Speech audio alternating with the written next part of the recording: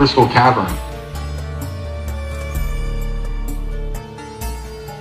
We were first taken underground on the tram system to a location to where there were a number of submarines sitting in a cavern-looking area.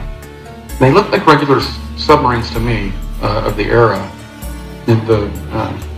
This would have been probably between 81 and 83. I was 11 to 13 years old.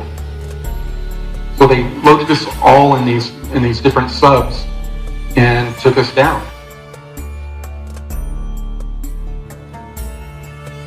And where we ended up at the time was miraculous. Since then, they've discovered similar looking caves.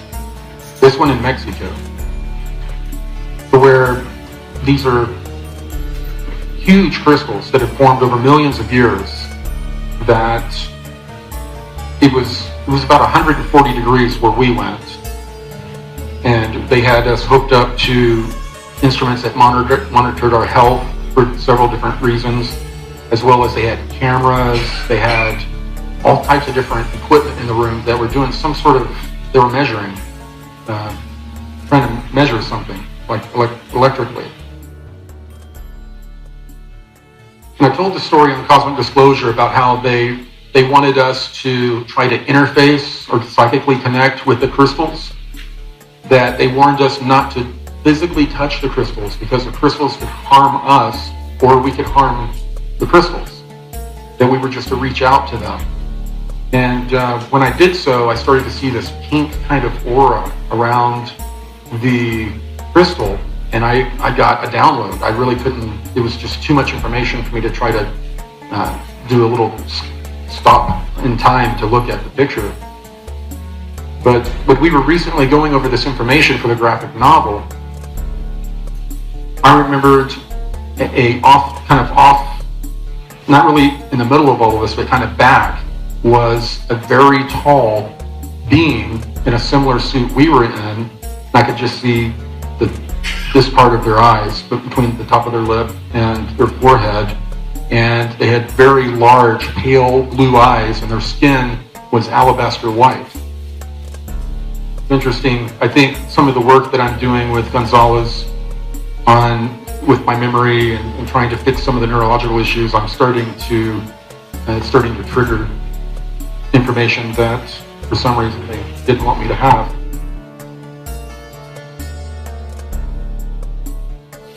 It was beautiful. They were beautiful. And, we were told that these crystals they had a life force to them.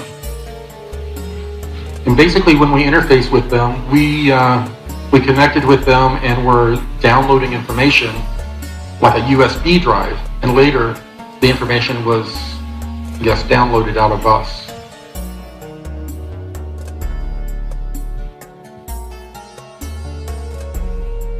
Of course, as protocol, at the end, we were all debriefed as a part of them also removing the data from us, and then we were blank slated and sent back up to the surface, where we soon got into a white van, were driven to school, and then our parents picked us up. And we were usually given a memory of going on a field trip to a museum or to see a show or something like that. The screen memories seem to fade away very quickly for me, and about 3 to 5% of the people. For some reason, about 3 to 5% of the people they use these technologies on, they're just unsuccessful, at least for very long. The way I've explained it is that, how do we have memories from past lives? Our physical brains were not there to record the information. Well, obviously, we have since I was in the IT field, we have a physical hard drive and we have a virtual hard drive. And everything we experience now and in other lives are backed up to that virtual hard drive. This physical hard drive can be messed with. It can be reformatted, it can be reprogrammed, but the information that is up in the cloud, I guess you would say, can't be. And if they remove information from your physical hard drive, there seems 3 to 5% of the intuitive empaths, there seems to be a automatic download or type of thing that occurs where the information starts coming back and they're unable to erase the information permanently. This is the first time I went down to the Anshar area down in the inner earth. I was brought down.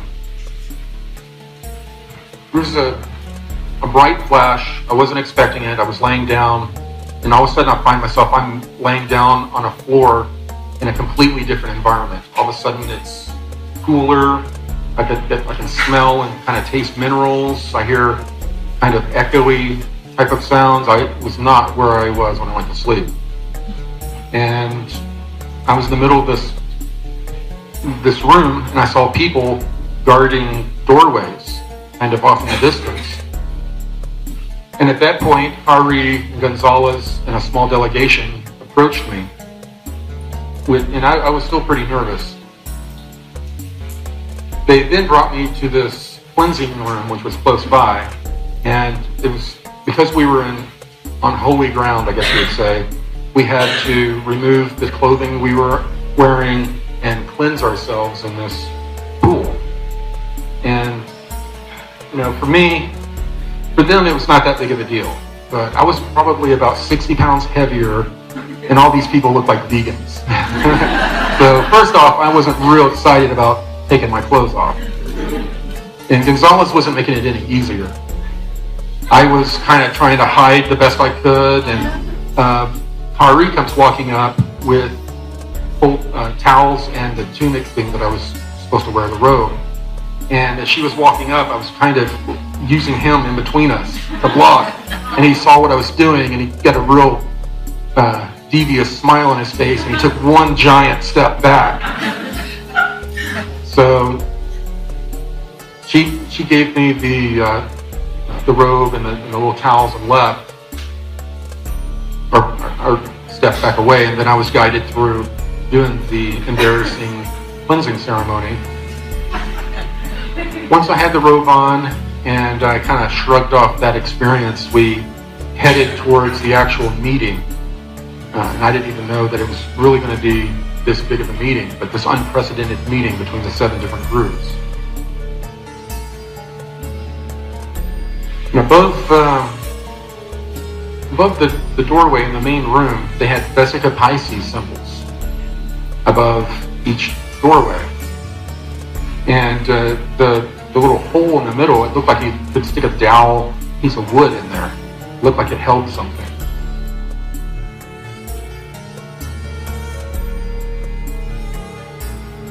One of the symbols I saw a few times was there was a large gold star, and next to it a smaller red star, both of them with 8 points. And it ended up being on the main table when I walked in for this meeting. And they had this is very accurate, by the way, the placement of it all. And this is when they started really speaking this Pre-Akkadian language. And that's when they started also discussing what a threat our scalar weaponry had become to them, and how we were basically seeing all these underground bases weren't doing the intelligence to find out whose they were, and when we were attacking them, we weren't distinguishing between them. We were just, oh, there's one, hit it. And it was causing them a lot of problems.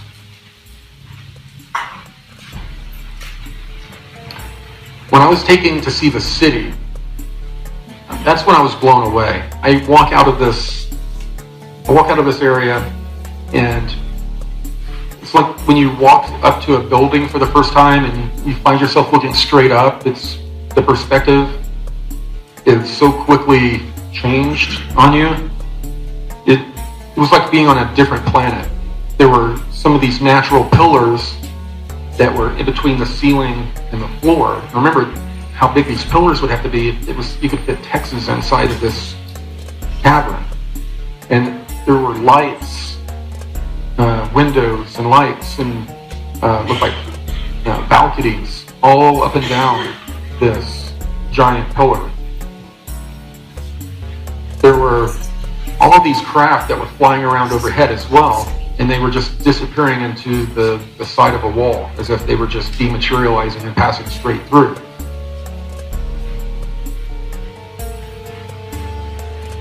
And they had egg-shaped craft, cigar-shaped craft, and irregular flying saucer type craft that were flying, and it looked like kind of like a highway.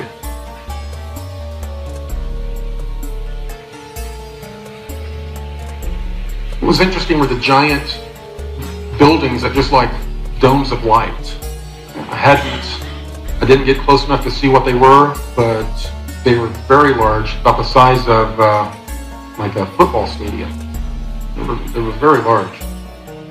Later, I got to see this very similar type of scene. I was flown in one of the egg-shaped craft over the city and through the wall on a recent expedition. Well, you know, what do the Anshar eat? They're definitely not carnivores. They very much into eating vegetables and fruit that are grown in a certain way, a very high vibratory way. It's interesting how important that is to them, having high vibratory food. When Thierry told me that that was a very important part of this journey that most of us leave off. We'll work on the, you know, somewhat on the physical part, but we'll work on the spiritual part. We don't realize that we hit a glass ceiling until we can get our physical bodies on the right vibration for what we're putting in it. This was a huge area. I mean, these crops were enough. I mean, they could feed millions of people.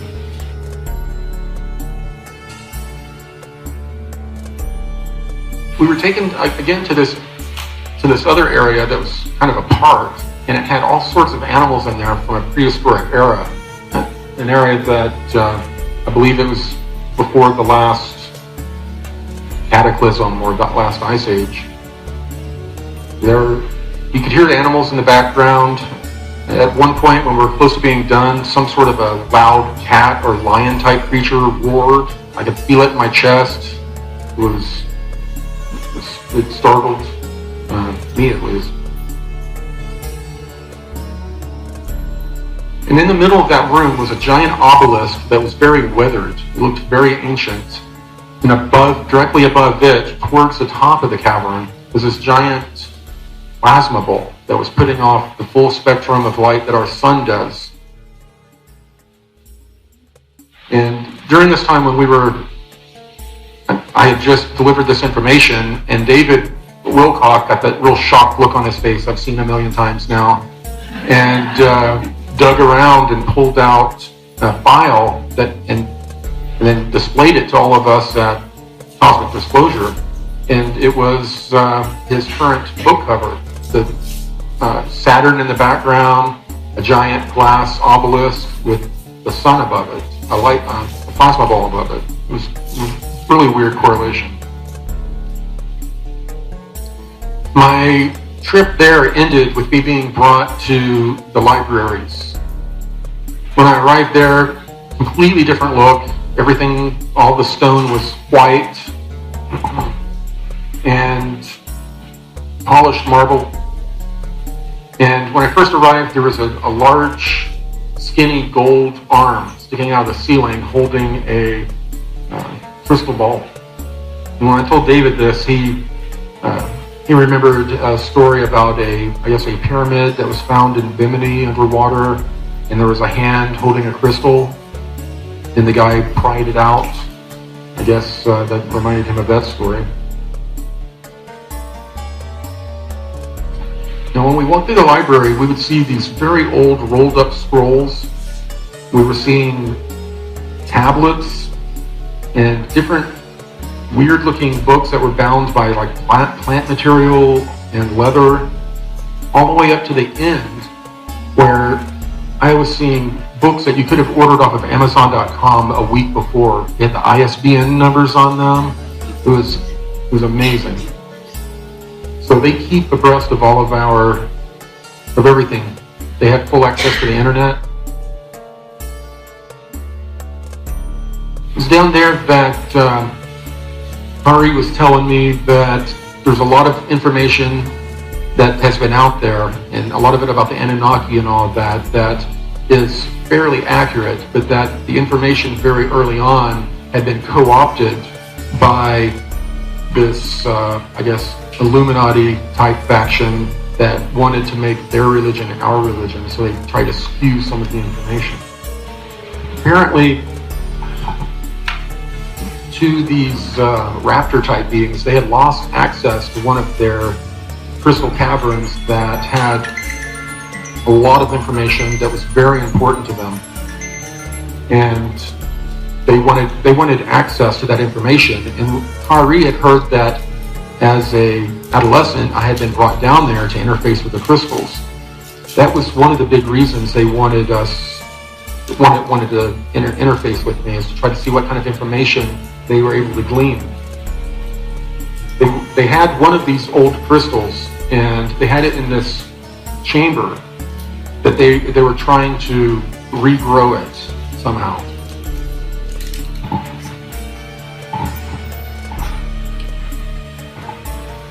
Kari she had told me that she wanted to experience the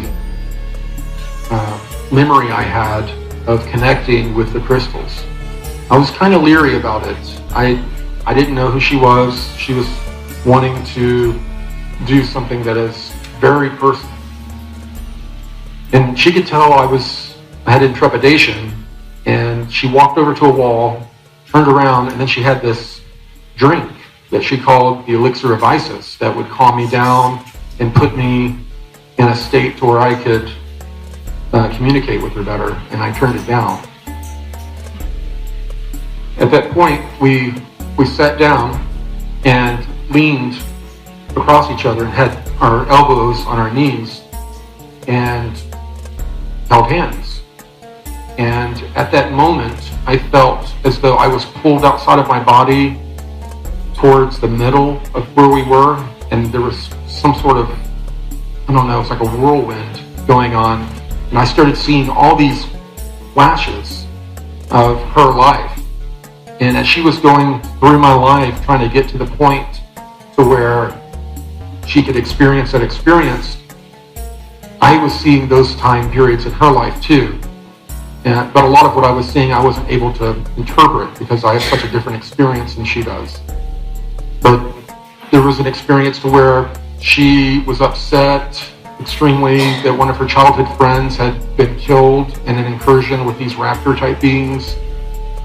There were a few things like that, and that's when I was able to glean from her that she is a priestess set aside to be holy, that she has never engaged in sex or any of that. She was totally put aside just for what she was doing. And after I had that experience with her, my wife would walk in for months, and I would just be sitting there staring at the wall, thinking about all of the conversations we've had. And very little of the conversation that we had in the library and the information we exchanged in this mind meld have I really recorded. I'm still processing a lot of it, and I hope to get it out at some point. But it affected me profoundly. After that, it was very soon after that, I found myself having to get on the high vibratory diet. I was eating corn dogs. I was 268 pounds. And I guess people that saw the show, you saw how quickly this transformation happened. It was almost bizarre. People at Gaia, when I would show up each time, I was so much different. They had problems processing it. A lot of people out in the community are convinced that I've been replaced by a clone. A skinnier clone, yeah. Now the Anshar, they let me know that for millennia, they have been reaching out and interfacing with human beings and helping them channel information that is spiritually enlightening and also information that is scientific that will help us through certain periods.